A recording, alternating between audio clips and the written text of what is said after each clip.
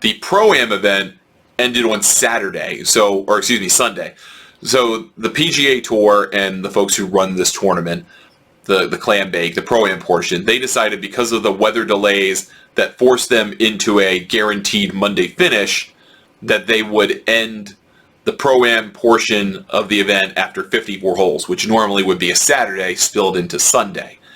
And what typically happens is you have the top 25 teams exactly, with no ties, exactly 25 teams. There are tiebreakers, multiple ones in place to get to those 25 teams.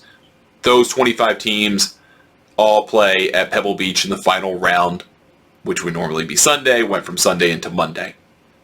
And they decided they would just end it after 54 holes this year. That way, every team got one round on each of the courses. Total score after 54 holes was the winner. And that winning team turned out to be Green Bay Packers quarterback and future NFL Hall of Famer Aaron Rodgers and his partner, Canadian Ben Silverman. Now, they won by a shot at 26 under through 3 rounds, which is pretty fair number. I kind of typically win this tournament in the 33, 35 under par range.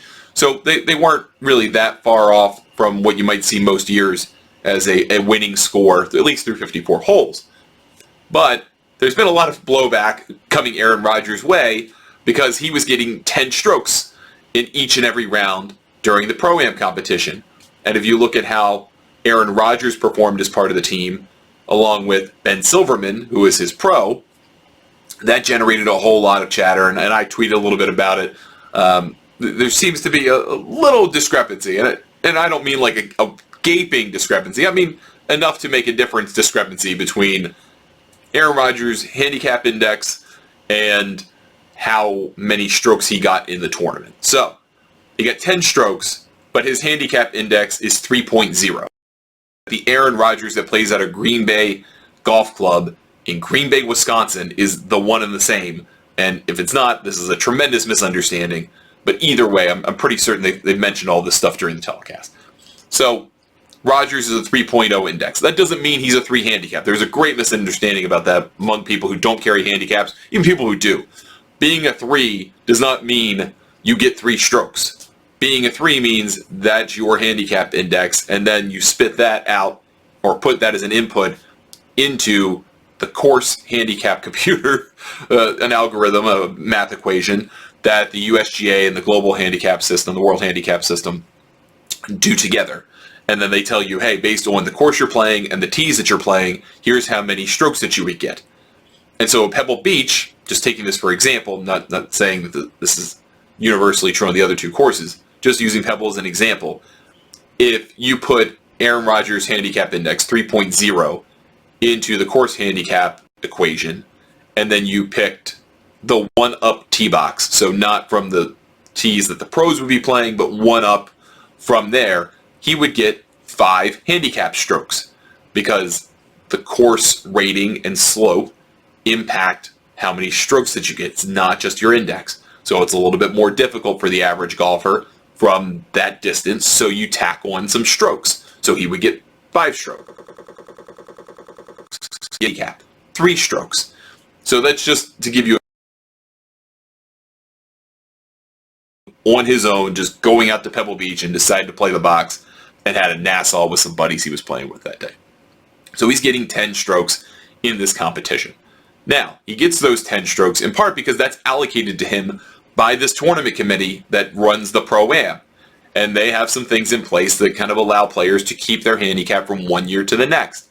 So there's an idea that if you miss the cut or something like that, you can maintain your handicap from one year to the next. Something that Larry Fitzgerald did really well when he won twice. He managed to keep his handicap, and now he's a much lower handicap player because he's a 2-time winner. It is much more difficult to win because he had what was probably an improper allocation of strokes that he took advantage of. And that's all won or lost in the negotiation, or all won or lost, in this case, with the tournament committee. So if you look at what Rodgers would have gotten, the 5 strokes he would get from the 1-up box, or the 3 he would get from a 2-up box, let's just take the 5. And then let's just tack on 2 more because it's a tournament setting. Everyone plays worse in a tournament. Everyone knows that. Most people do. I mean, unless you're a professional golfer. But even they play better when they're just having fun and nothing's on the line. So add a couple of strokes to that 5 because, well, it's a tournament. It's difficult. There's a lot of people watching. Yeah, a lot of people are used to watching him play football, but not necessarily play golf. So, okay, 7, maybe 8. Now, you might be saying, well, Ryan, that's like 2 or 3 strokes. What's the difference? It doesn't mean a whole lot. Well, it does mean something when you won by 1 shot, and if you think about it over the course of 3 rounds, that's 2 or 3 kind of gifted strokes that Aaron Rodgers is getting for his team. Pull off 2 of those doing well. You make pars, those are net birdies. You make birdies, they're net eagles. If you do that, then all of a sudden, that's the difference between winning and losing the Pro-Am portion of the tournament. And by the way, the Pro-Am has a purse, which means Ben Silverman made money because of Aaron Rodgers and his work together. Now, Silverman contributed to the team. Yes, he shot 1 over par and missed the cut through 54 holes. But he made 13 birdies in 54 holes, which means he contributed on a good number of them. Now, of course, if Rodgers makes par or better on any of the 10 hardest holes on each of those courses, he's getting a net birdie, and if he, again, makes birdie, gets a net eagle. So we don't know exactly the makeup of the contribution of holes and which scores counted for every guy because it's the net best ball of the teammates. Still, it wasn't like this was a one-man show. Silverman performed. He did pretty well for a guy that shot 1 over and missed the cut. In terms of birdies and contributions to a Pro-Am team, that's pretty strong to make 13 birdies and shoot 1 over par, especially given the wind conditions that they had and the difficulty playing in the weather that they did over the 3 days. That's going to happen. You're going to have a roller coaster ride of a week. And so Silverman did his part. Rodgers was probably getting 2, maybe 3 strokes too many. And he also did his part because, again, if they're giving you the strokes, you take advantage of them. So he winds up winning the truncated event along with Ben Silverman.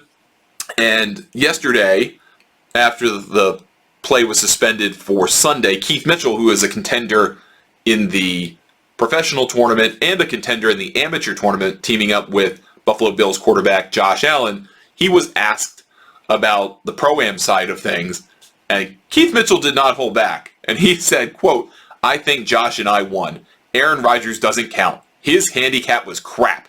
I haven't looked. I think we were on 18. We might have been up there. But if we finish second to Aaron, I consider us winning the trophy." End quote. So they didn't wind up winning. They didn't wind up coming in second, actually. They wound up finishing in 4th place overall. There were 2 teams in front of them for second and third. And they would have advanced to the final round had there been one. And who knows what the outcome could have been, right? Then things could have changed because then Silverman, who would have missed the cut, would have played just to play with Rodgers, not to play in the pro tournament. Who knows what happens there? Keith Mitchell was trying to win, didn't wind up winning. Maybe that scenario looks different too if he's playing with Josh Allen. There's some what-if components to this. But Keith Mitchell did not hold back and said, pretty much, I think Aaron Rodgers shouldn't have gotten 10 strokes. Now, was he sandbagging it?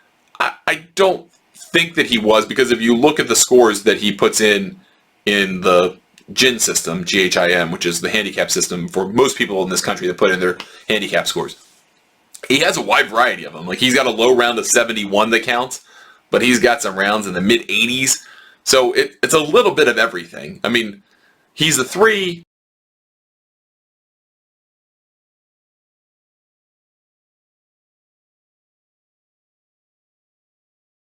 Too many strokes probably against his index. Was he getting too many strokes overall? I would still tell you probably 1 or 2.